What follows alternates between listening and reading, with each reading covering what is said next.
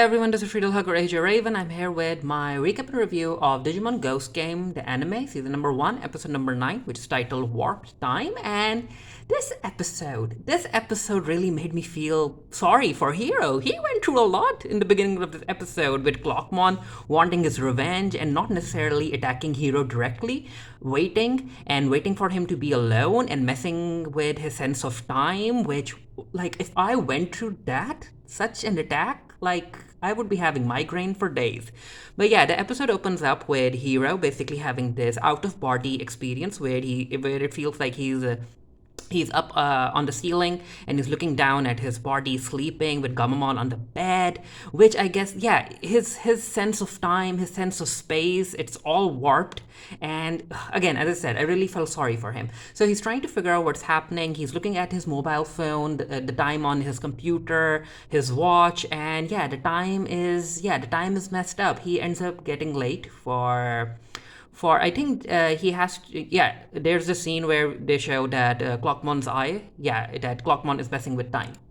So there's this scene where Hiro has to meet up with his friend Nomaru, and I guess they have to go to the shop to buy some limited edition something. I'm not really sure if it's an action figure or another collectible, but yeah, Nomaru's like, "You're 30 minutes late," and Hiro's like, I am. So yeah, his watches, his laptop, like time is not making sense for him. And also, I continue liking the fact that our main trio, well, not necessarily Kyoshiro, but yeah, Ruli and Hiro have been shown to have friends outside their main group, which I really liked. I really like them spending time with other characters, which, again, as I said, in this episode, we saw Hiro spending time with Nomaru. I like that. I like that.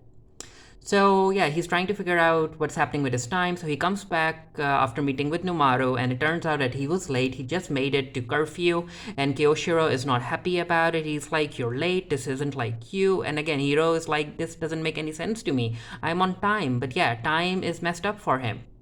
So he is getting worried. So he's like, "You know what? I have to talk to someone about this." So he ends up contacting Ruli, and Ruli is like, "I can see that you're under a lot of stress, but I don't think I can help you with this." And Hero's like, "You know what? I just needed someone to talk to." And Ruli is like, "Where's Kyoshiro?" And Hero's like, "Well, Jellymon took him somewhere, but yeah, I'm sharing my trouble with you." And this is where Angoramon is like, "You know what? It could be stress. You should relax. You should breathe and all of that stuff." And Ruli is like, "I have the perfect idea. There's this library which is surrounded in nature, and yeah, we'll have to take a train, but let's go there and you'll relax." And Hero's like, "You know what? That's a very good idea." He also talks about solo camping. I guess he's been spending a lot of time solo. I couldn't understand what he really meant by that, or maybe I did understand, but now I forgot. But anyway, he talks about solo camping. But he goes with Ruli, and they make their way through the train, and of course Gamamon is very, very mesmerized. He's enjoying the scenery as the train passes by, and then they reach the library, and again Hiro is late. And yeah, Angoramon is like, "You know what, it's my fault. I should have come to take you." And it turns out Kyoshira and Jellymon are there as well. And Ruli is like, "Why are you guys here?" And Jellymon is like, "Don't underestimate my network. I was just interested in this library." And this is where Jellymon shares about how she heard that this place is haunted. And of course, Ruli is very curious about this place being haunted. Now, according to Jellymon and the rumors that Jellymon heard, it's like when you're browsing for books, you'll hear someone walk by. It's as if clothes are being dragged on the floor, and then pages from a book keep on moving. And yeah, this place is haunted. And if you're reading something on a digital iPad, the screen gets distorted. And of course, Rudy is like, "You know what? Let's investigate. Let's see if this place is really haunted."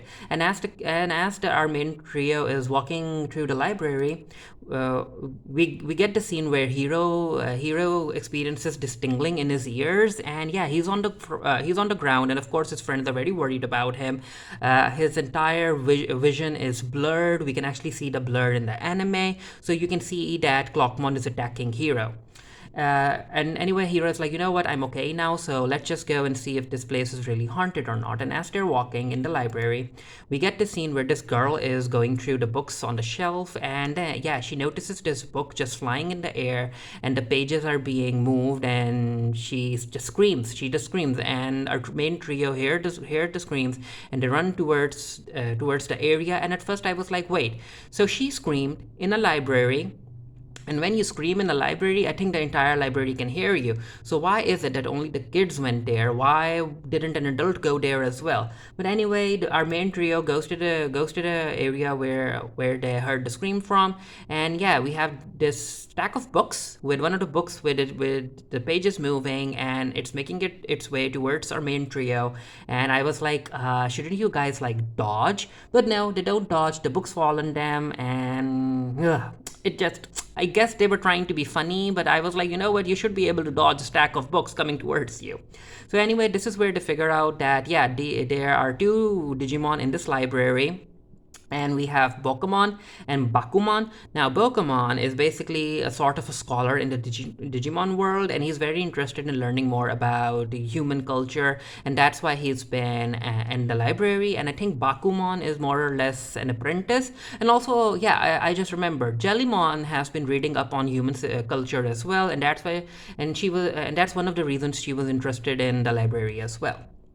So they make their introductions, everyone's very friendly with each other, and we get a scene where Pokemon is like, you know what, Gamamon? This is the first time I'm seeing someone like you. Now, I'm not really sure, but I think that what Pokemon really meant is that he hasn't seen a Digimon like Gamamon before. Now, it could be that this is the first ever Gamamon created. Maybe that's the thing, and we don't necessarily know a whole lot about Gamamon. Like, this is the first of its kind Digimon. So, because Pokemon is a scholar, Hiro is very excited. He's like, so you know a whole lot about the digital world, huh? Can I ask you some questions? So, they go to this private room, and this is where Hiro starts asking a lot of questions, and Pokemon is very happy to answer them. And we get the scene where Pokemon goes through the different stages that can be used by a Digimon while they interact with the human world. Now, there is a stage where they're completely invisible, and that means that even though they can roam around, they can't directly interact with humans or items around them. However, they can interact with other Digimon. Then there's this middle stage where they are invisible, but they can still kind of hold on to objects and scare people, I guess. And then there's the stage where they are kind of see-through, and in this stage they can interact with humans can interact with them. However, I guess if I remember correctly, in this state they can't go through walls and ceilings. And then Pokemon talks about how there's the stage in which where a Digimon can fully materialize. However, because these Digimon are now in the human world, the process of their materialization has to be linked with their emotions, and that's why a whole lot of Digimon are trying to get themselves to materialize by feeling a lot of emotions. And yeah, this is where Ruli is like, you know what, this reminds me of Dracomon and how he has been playing pranks with humans because he wanted to materialize. However, there are also certain Digimon who can materialize on their at their own will. And then we get a flashback to Chromon and another Digimon. Yeah, I forgot that Digimon's name, the one that was singing a lot. But yeah, there are Digimon who can fully materialize whenever they want. And this is where Pokemon is also like, you know what? I'm not necessarily sure why we all even came here. There was just this digital gate, and a whole lot of us came through. However, there are also Digimon who can go from the digital world to the human world at will. But yeah, this is where we get a flashback to the digital gate. So a whole lot of these Digimon that are roaming around in the human world, they are living there against their will. They just appeared, and they can't go back home. And Hiro asks questions about the digital gate. He's like, you know what, my dad is in the digital world. Do you think he'll be okay? And Pokemon is like, as far as I know, the human body shouldn't be able to survive living in the digital world. And this is where Ruli is like, okay, so that means I can't visit. But yeah, Hiro's like, you know what, but my dad is okay in the digital world, so maybe he figured out something, huh? So yeah, all of them continue talking. Not all of them basically, because it's Hiro who's asking a whole lot of questions. And I guess Gamamon got bored and hungry, and Gamamon is like, "Ruli, I'm hungry. We should go eat." And Ruli is like, "Yeah, let's go eat." So it turns out that one of the reasons that Ruli wanted to come to this library is because this library has a whole lot of sweet shops nearby, and she wanted to try these sweets. And yeah, she treats everyone to some dessert. However, Hiro isn't here. Hiro is still asking questions, and yeah, Hiro is like, you know what? Thanks a lot for answering all of my questions, and I guess I should go now. And this is where he notices that that my friends have gone off without me, and Hero's like, well, they could have said something, and I'm like, you know what, Hiro, you're right. Your friends could have told you that they were going, but maybe they did tell you, but you were way too invested in what Bakumon was telling, and you didn't listen to them. Maybe that's the thing. So as Hiro is walking through the corridor to reach his friends, this is where he hears the ringing in his ear again, and his concept of space and his visuals get distorted. And yeah, this is where he figures out, I'm getting attacked by Clockmon, and Clockmon is like, yeah, remember me? I'm here for my revenge. I have been messing with you for a few days now, and when you mess with a person's concept of time, you actually mess with their ability to determine space, and yeah, everything gets distorted around them. And Clockmon is like, and I've been waiting for you to be alone, and you're finally alone, and this is where I'm going to kill you, I'm going to end you, and I'm going to attack you. So he goes in to attack Hiro, and Hiro decides to activate his watch, and yeah, now everyone is in that weird space between the digital world and the real world. And Clockman is like, what the heck did you just do? Hiro doesn't answer. However, because he activated the watch, and everyone wearing the watch is now in this middle space or middle ground, this is where Gamamon and the rest figure out that Hiro is in trouble. So Clockman goes in to attack Hiro, and I was like, wait, so is Gamamon really fast enough to reach Hiro in time? But now it turns out that Clockmon's first attack ends up being countered by Bakumon, because turns out that Bakumon's ability is that it can do away with the evil effects or cursed effects on others. So Bakumon ends up helping Hiro. The ringing that he was hearing, he doesn't hear that anymore. He's back to normal now. And Clockman is like, you know what, that doesn't matter. I'm going to attack you again. So he comes in with his chrono attack, and this is where Gamamon comes in and he headbutts Clockmon. So yeah, Clockman is like, you know what, you make me very, very angry. You make me want to go kaboom. And again, the dark shadow that we saw in the first ever episode that appears, and it engulfs Gamamon, and everyone is freaked out. Even Clockmon is freaked out, because even Clockmon was like, you know what, you're a wild card. I don't want to face you, but I will if I have to. But now that this black shroud comes out of Gamamon, he is afraid. Everyone is afraid. Everyone is like, what the heck is happening? So this black cloak or shroud, or this black form of Gamamon ends up attacking Clockmon. So it turns out that the chrono attack that Clockmon used on Gamamon, that gets countered back on Clockmon. And yeah, Clockmon is pushed away into a wall. It breaks, and Gamamon comes back to normal. And Hero's like, what the heck just happened? And Gamamon is like, I'm not really sure. And this is where we get a scene where Clockmon is yelling for help. He's like, help me, help me. Because the chrono attack is now affecting Clockmon, he is aging rapidly. And Hero's like, what the heck is going to happen now? And Bakumon is like, you know what, frankly, I don't know. I have no idea what will happen to a Digimon if they end up losing time at a very, very rapid space. And we get a scene where Clockmon's body is disintegrating, and Clockmon yells for help. He's like, help me, help me, help me. And of course, Hiro, basically being the protagonist of this anime series, is like, you know what, we have to help Clockmon. We just can't let him die like this. And I'm like, Hiro, you can, but okay, I understand where you're coming from. So the way to help Clockmon is that they need to reverse the needle on his clock backwards. Yeah, they need to make it move backwards. So Gamamon digivolves into Betel Gamamon, and he ends up using attacks on Clockmon. Angoramon uses his Petite Tornado. Jellymon uses her BB Thunder. It doesn't necessarily work. They still need a whole lot of force. And this is where Betel Gamamon ends up unlocking a new move called Sword Shot. Again, the scene where Hero's like, we have to help Clockmon. So Betel Gamamon is using Sword Shot. It's basically a move where Betel Gamamon covers its fists with fires, basically a fiery fist attack. So he keeps on punching Glockmon in order to make the needle go backwards, and it is working. Gamamon is giving this attack its all, and it works, and Clockmon is saved, and we get to see that Clockmon is basically he has basically now materialized. And yeah, the episode ends with Clockmon saying, like, you know what, after meeting humans like you, I won't be attacking any other human. And Hero's like, you know what, you shouldn't be attacking humans in the first place.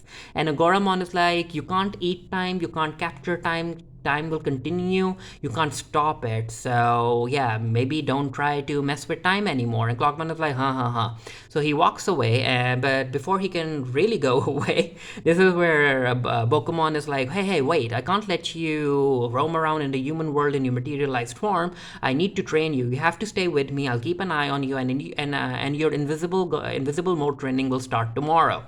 So yeah, I guess Clockmon is going to stay with Bakumon and Pokemon, and he's going to learn how to grow invisible. And the rest of the Digimon are like, you know what, we're interested in going through your training as well. And Pokemon is happy to train them. And yeah, as the episode ends, we get a scene where Pokemon is very impressed by Gamamon's Digi evolution. He's like, you know what, the emotions and the bond that you share with Hiro, that's what led you to Digivolve, and this is a new thing, and it might prove to be helpful down the line.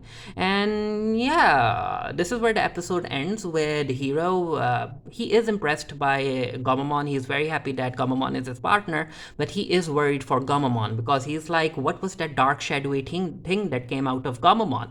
So yeah, in this episode we got a Clockmon Redemption Arc for some reason. I really thought that Clockmon was going to continue being a villain in this anime, but no, he got a redemption arc. As far as the main villain is concerned, apparently, as far as Bakumon is concerned, he was talking when he was talking to Hiro. When they were talking in that private room, Bakumon mentioned that random digital gate in appearing, and he's like, you know what? There's possibly some dark force at work. This big force that I'm not necessarily sure what it actually is.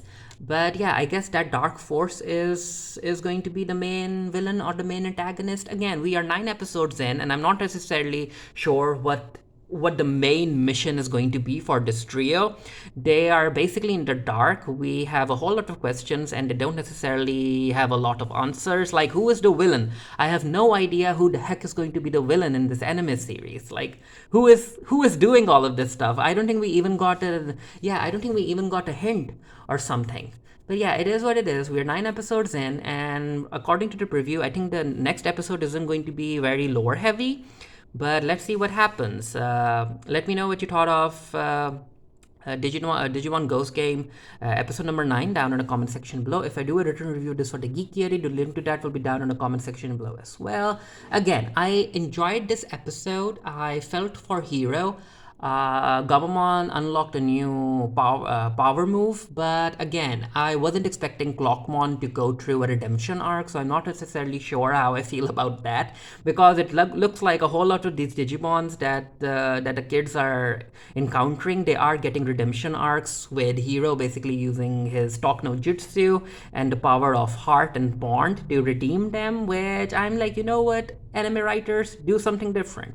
And as I said, even though we got a lot of information about the lore, about the different stages that the Digimon can use while they're in the human world, we still don't know who the main villain is. We still don't know if there's some kind of prophecy involved. We still don't know what the end goal is. But yeah, let's see when we'll find out. Let's see how long we'll have to wait. But yeah, let me know what you thought of the episode, and until next time, stay happy, stay safe, stay blessed. See you guys later.